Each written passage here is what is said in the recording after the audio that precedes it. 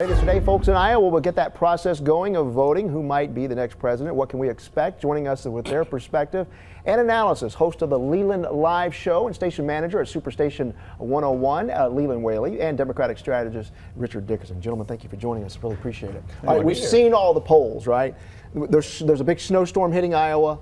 So the question is, we hear a lot about ground game. So will you give me the favorites then in each side here in terms of both parties?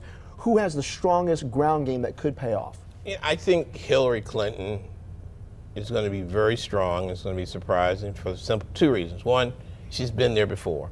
So she's got a core group of people who are part of her organization. They're older. They've experienced. This is not their first rodeo. So they know how to get people to the caucus. They know how to get people, and they know what happened last time. Right. So they have the benefit of that history going forward that will help them. And almost learn from their mistakes. Leland, what about the Republican side? Well, I mean, Ted Cruz has been in Iowa since he got elected to the Senate. He's been working that state for 3 years. It's his state to lose tonight. It lines up with him the best. If he loses tonight, I think his path to the nomination is dead. All right, on the Democratic side, we all know the news came out, the State Department not releasing some of Hillary Clinton's emails when she was Secretary of State that were sent through her private server because they are deemed top secret. So to her supporters, we know this does not matter. They're still going to support Hillary Clinton.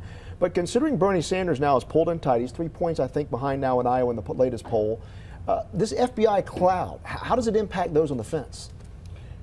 I think it helps to create some doubt, but I think you jump ahead. Hillary Clinton's going to be the nominee of the Democratic Party. That's clear. You think this lingers? No, I think it does, and I don't think she'll be the nominee. I think the Democrats have a safety valve in the way they do their delegates at a convention. When the FBI report comes, and it's coming, and it could be the largest public corruption scandal in the history of this country, dealing with national security and people's lives. It's not just about email, it's about top secret documents. They're going to have to be scrambling, and they've got a safety valve. Joe Biden would be considered a third term of Obama, and they'll embrace him, and I think he'll wind up on the ticket. Now, the Clinton campaign says that even if Sanders wins Iowa and New Hampshire, they're really not worried. They've got the upper hand in South Carolina, Nevada, and so forth, so forth. Are they really that confident, or are they whistling by the graveyard here? No, they're confident because Bernie's challenge, if he wins New Hampshire and Iowa, you come south.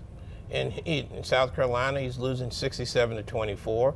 Hillary has an overwhelming advantage with superdelegates, and her firewall, she has two. She has a firewall as her black voters and superdelegates, and Bernie has not been able to make any headway with either of those groups. Well, I hate to be a party pooper. I just don't think Iowa's as consequential for the Democrats. I agree with Richard that whether Bernie wins or not, this thing's going to play out down the road with her firewall or with this FBI cloud. For the Republicans, though, it's ultimately consequential. It will wean out candidates tonight.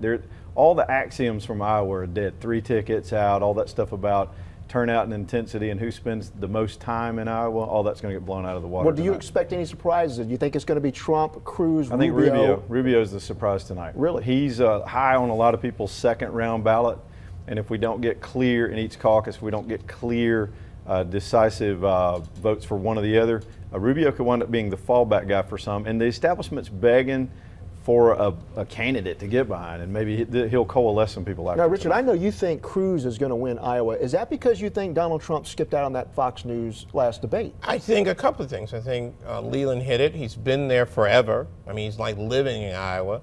I think the evangelical vote. I think there's an independent vote that will break late over the weekend. And I think Trump's not appearing at the debate. It's not so much debate, just not appearing, because it gave an image of, why not? I mean, are you scared of Megyn Kelly? I mean, well, what is says, it? Well, you know, he had his reasons. Of course, he said he raised $5-6 million of that veterans benefit. All right, we do have to wrap up here really quick, but let's talk about Trump again real quickly. And he's been pounding on Cruz about his being born in Canada. And he thinks the Democrats will bring this up if Cruz eventually wins the nomination. Do you think it becomes an issue for the Democrats to make?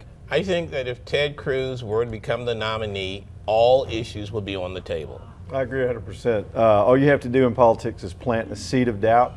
This issue's never been decided by the Supreme Court. This is a perfect test case, and the Democrats will be planting more seeds than an Iowa corn farmer. All right, guys, appreciate it. Hey, thank you so much. Look forward to you guys coming back, because this thing is far from over. Just getting started.